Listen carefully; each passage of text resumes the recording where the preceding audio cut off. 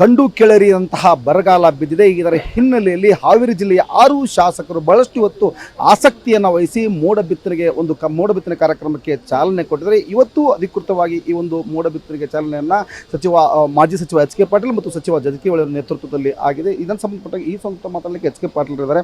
Sir, ಇವತ್ತು ಮೋಡ ಬಿತ್ತನೆ ಕಾರ್ಯಕ್ರಮ ಚಾಲನೆ ಕೊಟ್ಟರಿ ಸರ್, ಹೇಗಿದೆ ಮೋಡ ಬಿತ್ತನೆ?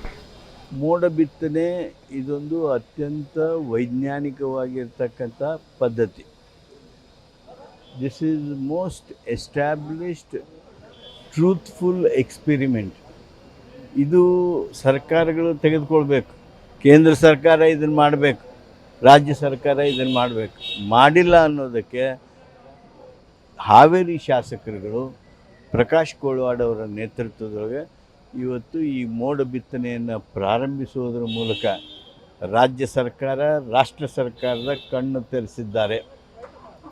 ರೈತರಿಗೆ ಇಂಥ ಪ್ರಸಂಗದಲ್ಲಿ ವಿಜ್ಞಾನದ ಸಹಾಯ ಪಡೆಯೋದು ಇಲ್ಲ ಅಂದರೆ ನಮ್ಮಂಥ ಮೂರ್ಖರು ಯಾರೂ ಇಲ್ಲ. ಅಧಿಕಾರಿಗಳು ಕೆಲವರ ಮಾತುಗಳನ್ನು ಕೇಳಿ ಸರ್ಕಾರಗಳು ಇದರ ಬಗ್ಗೆ ಒಂದು ರೀತಿ ನಿರಾಕರಣೆ ಭಾವದಲ್ಲಿರೋದು ಸರಿಯಾದದ್ದಲ್ಲ.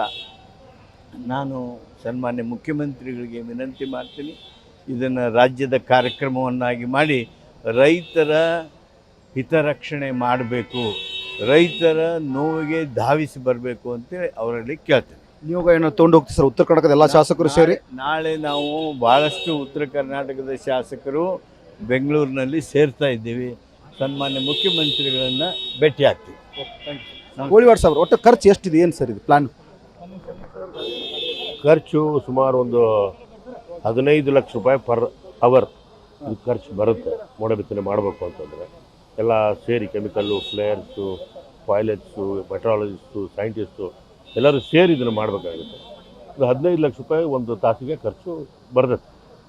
ಒಂದು ಮಾತನ್ನು ಎಚ್ ಕೆ ಪಾಟೀಲ್ ಸಾಹೇಬರು ಹೇಳಿದ್ದನ್ನು ಮುಂದುವರೆದು ಹೇಳಬೇಕು ಅಂತಂದರೆ, ಮಿನಿಸ್ಟ್ರಿ ಆಫ್ ಅರ್ತ್ ಸೈನ್ಸ್ ಅಂತ ಕೇಂದ್ರ ಸರ್ಕಾರದ ಒಂದು ಇಲಾಖೆ 30 ವರ್ಷಗಳ ಕಾಲ ಸುದೀರ್ಘವಾಗಿ ಸಂಶೋಧನೆಯನ್ನು ಮಾಡಿ 20% 46% ಮಳೆ ಆಗುತ್ತೆ ಅಂತ ಹೇಳಿ ಪೇಪರ್ನ ಪಬ್ಲಿಷ್ ಮಾಡಿದೆ ಕೇಂದ್ರ ಸರ್ಕಾರ.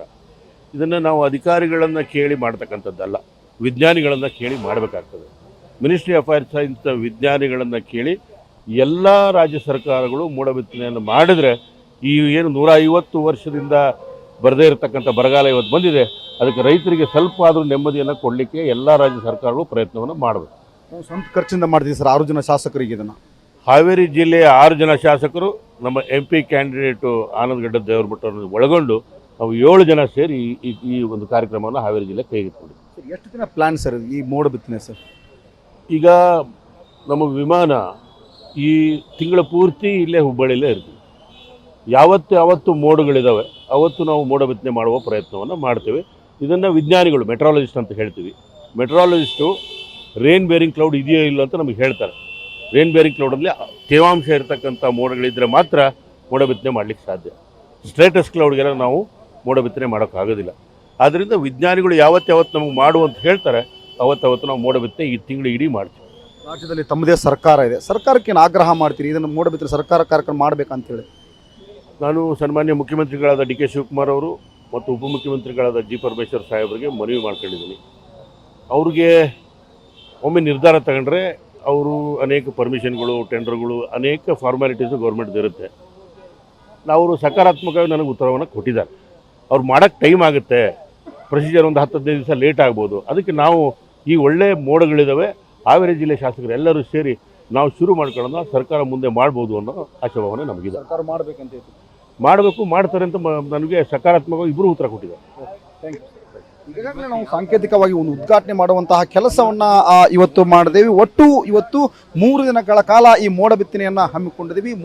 ಮೋಡಗಳು ನಮಗೆ ಸರಿಯಾಗಿ ಸಿಕ್ಕರೆ 3 ದಿನದಲ್ಲಿ ಕಾರ್ಯಕ್ರಮ ಯಶಸ್ವಿ ಆಗುತ್ತೆ. ಈಗಾಗಲೇ ಒಂದು ಕಡೆ ಅಂತಂದರೆ ಎಚ್ ಕೆ ಪಾಟೀಲ್ ಅವರು ಮಾತನಾಡಿ ಹೇಳಿದ್ರು, ನಾನು ಸರ್ಕಾರಕ್ಕೆ ಆಗ್ರಹ ಮಾಡ್ತೀನಿ, ಸರ್ಕಾರ ಯಾವುದೇ ರೀತಿಯಾಗಿ ಮುಲಾಜಿಲ್ಲದೆ ಇಲ್ಲಿ ಅಧಿಕಾರಿಗಳ ಮಾತು ಕೇಳಬಾರ್ದು, ವಿಜ್ಞಾನಿಗಳ ಮಾತನ್ನು ಕೇಳಿ ಮೋಡ ಬಿತ್ತನೆ ಮಾಡಬೇಕು, ಇದು ಸರ್ಕಾರಿ ಕಾರ್ಯಕ್ರಮ ಆಗಬೇಕು ಅಂತೇಳಿ ಆಗ್ರಹಿಸ್ತೀನಿ ಅನ್ನೋದು ಮಾಜಿ ಸಚಿವ ಮತ್ತು ಶಾಸಕರುಗಳ ಮಾತು. ಕ್ಯಾಮ್ರಾ ಪರ್ಸನ್ ಜೊತೆ ಎಲ್ಲ ಪಸಲರ್ಗಪ್ಪ, TV5 ಹುಬ್ಬಳ್ಳಿ.